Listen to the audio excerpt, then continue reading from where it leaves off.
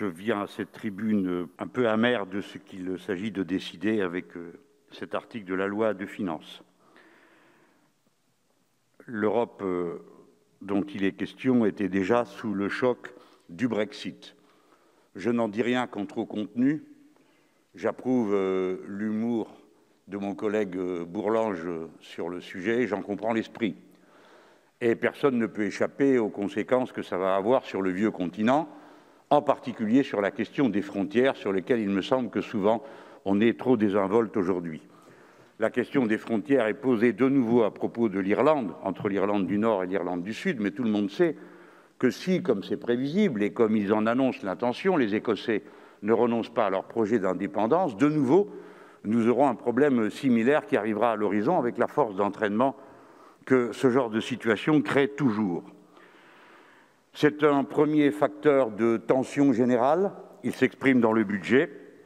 Le second, c'est évidemment qu'à propos et dans le fil de la crise du Covid-19, les décalages économiques se sont approfondis entre les nations et en particulier entre l'Allemagne et les économies suivantes, c'est-à-dire la française, deuxième, l'italienne, troisième, l'espagnole, quatrième, tant et si bien que, comme l'a dit en commission le ministre Le Maire lui-même, le risque est grand que le décalage soit tel que la zone euro finisse par éclater sans qu'aucun eurosceptique ni eurocritique n'y soit pour quoi que ce soit, mais simplement du fait même des dynamiques économiques qui sont à l'œuvre. C'est dans ce contexte qu'intervient notre décision de devoir participer au budget de l'Europe avec un record de paiement, 26,8 milliards d'euros. Jamais nous n'avons donné autant et jamais nous n'aurons reçu aussi peu. Je suis assez surpris qu'une de nos collègues, très estimable, fasse la liste des projets que, paraît-il, nous devons au financement européen. Mais non, aucun projet n'est dû au financement européen. Tous les projets sont dus à la finance de la France. Pourquoi ? Parce que la France est contributrice nette. Nous donnons plus que nous recevons. L'année dernière, nous avons donné 9 milliards de plus que ce que nous avons reçu. Et cette année, nous allons donner 5 milliards de plus. Alors admettez qu'en dehors de tout esprit de contradiction entre nous sur la question européenne, de tels décalages méritent débat et méritent réflexion. On le ferait à n'importe quel autre sujet, mais là, il semble que frappé par une sorte de religiosité sur le sujet, on ne puisse rien dire, sinon nous réjouir et se réjouir encore et toujours davantage. 5 milliards de plus d'euros en un an. Depuis 2017, c'est une augmentation de 54% de la contribution des Français qui aura été exigée de nous. Alors, les rabais sont une des explications de notre contribution. Le rabais, c'est seulement le signal de la faiblesse politique et géopolitique de la France dans les discussions avec ses partenaires. Au début, pour des raisons qui nous échappent, nous avons décidé de payer pour les autres le rabais qu'on avait concédé aux Anglais. Tout le monde était d'accord pour dire que c'était une absurdité et le président de la République lui-même avait dit en février 2020 qu'il voulait mettre fin au rabais qu'il qualifiait d'injuste, archaïque et illisible. Pour que tous ceux qui nous écoutent comprennent bien, c'est la part que la France paye à la place des autres, que les autres devraient payer, mais que les Français acceptent de prendre en charge pour concourir à la générosité universelle de l'ensemble européen. C'est absurde. Et cette année, peut-on nous dire, de voix gouvernementale, pour quelles raisons nous avons accepté que le rabais de l'Allemagne soit maintenu à 3,6 milliards d'euros par an? Pour quelles raisons avons-nous accepté cela alors que nous ne voulons plus d'un système archaïque, illisible, etc., comme je viens de le dire il y a un instant? Cet écart va contribuer à renforcer les décalages économiques entre la France et l'Allemagne. Je ne vous dis pas simplement cela du point de vue de l'intérêt français, je vous le dis du point de vue de l'intérêt européen.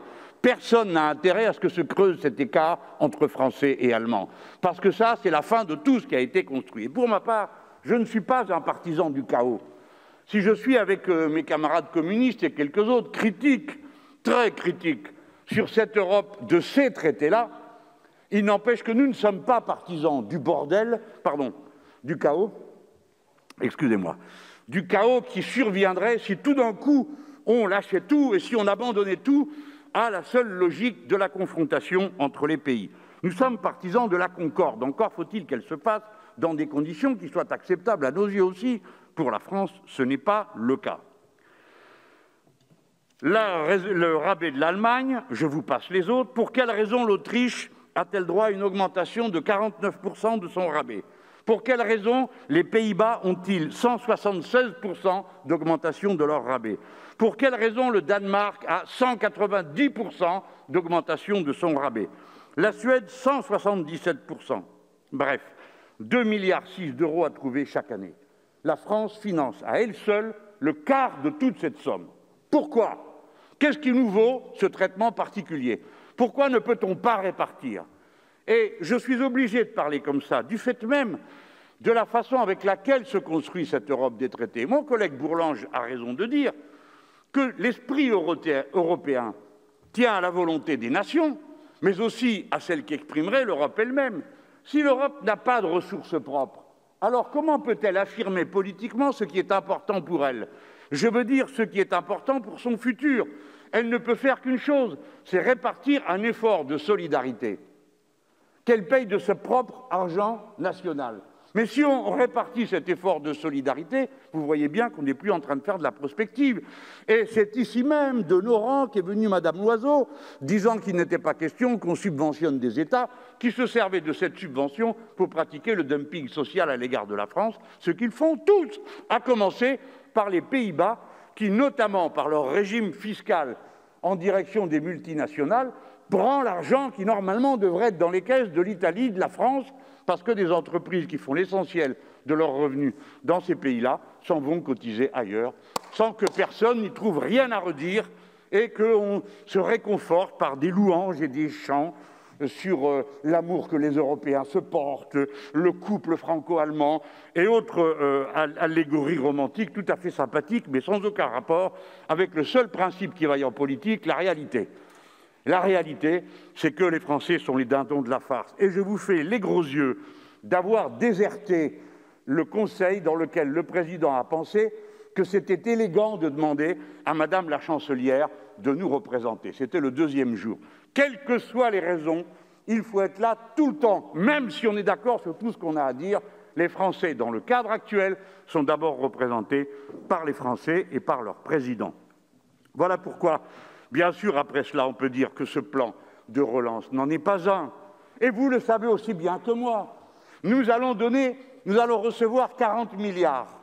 Mais comme nous cotisons à proportion de ce que nous donnons, nous allons contribuer pour 17% du total de ce qui est donné. Donc, pour avoir 40 milliards, nous allons donner 66 milliards. Si l'Europe politique existait, et si elle voulait exister un jour, il faudrait que ses ressources propres soient supérieures aux contributions des nations. Parce qu'alors, elle pourrait parler au nom de l'Europe et dire « voilà quelles sont nos priorités ». Ce n'est pas le cas. Le plan de relance n'y pourvoira d'aucune manière et personne n'a dit comment on allait le financer. Vous savez aussi bien que moi que ceux à qui on a cédé sous prétexte qu'ils étaient, eux, frugaux, je ne sais pas qui a inventé cet adjectif, parce que nous, les Français, nous sommes très frugaux, hein, figurez-vous. Les plus frugaux, c'est quand même nous. Et puis, comme c'est nous qui payons la frugalité, on a quand même des droits sur l'adjectif. Eh bien, comment se fait-il qu'on ait accepté qu'ils ne participent à rien de plus que ça a été le cas jusqu'à présent? Comment peut-on accepter que, dans le contexte dans lequel nous étions, premièrement, il n'y aura jamais de souveraineté sanitaire. Deuxièmement, il n'y aura pas eu de souveraineté financière pour intégrer les dettes liées au traitement du Covid au reste des dettes de l'Europe que la Banque centrale européenne aurait dû prendre en compte. Quelqu'un a dit ici que l'annulation de la dette ou le gel de la dette était irresponsable. Évitons-nous ce genre d'adjectif, parce que le nombre, maintenant, de penseurs et d'économistes qui pensent que c'est une des voies de règlement du problème de la dette, que personne ne pourra jamais payer au niveau où elle est arrivée aujourd'hui, eh bien, que c'est une des solutions, plutôt que la reconduction permanente de cette dette par le financement par chacun des États et à des taux du marché qui, naturellement, sont promis à connaître des hauts et des bas, et surtout des hauts. Alors, cette série d'échecs nous amène aux chiffres. Comment faites-vous pour vous réjouir de 790 milliards, dont 390 milliards seulement de subventions, dont une partie est prise sur le cadre financier pluriannuel de l'Europe? Comment faites-vous pour vous en réjouir, alors que le commissaire que le président de la République française a proposé, M. Breton, lui, pensait qu'il fallait 2000 milliards. Quelle comparaison pouvez-vous faire entre ces malheureux 790 milliards et 390 milliards de subventions et les 2800 milliards que la Banque centrale européenne a donnés aux banques privées pour racheter les titres des dettes dans le passé? Comment une telle incohérence peut-elle tenir dans le temps? Je ne le crois pas. Je vais vous dire, vous pourrez dire ce que vous voudrez, mais à louanger de tels accords, vous ne faites que préparer une déroute qui sera humiliante pour notre pays.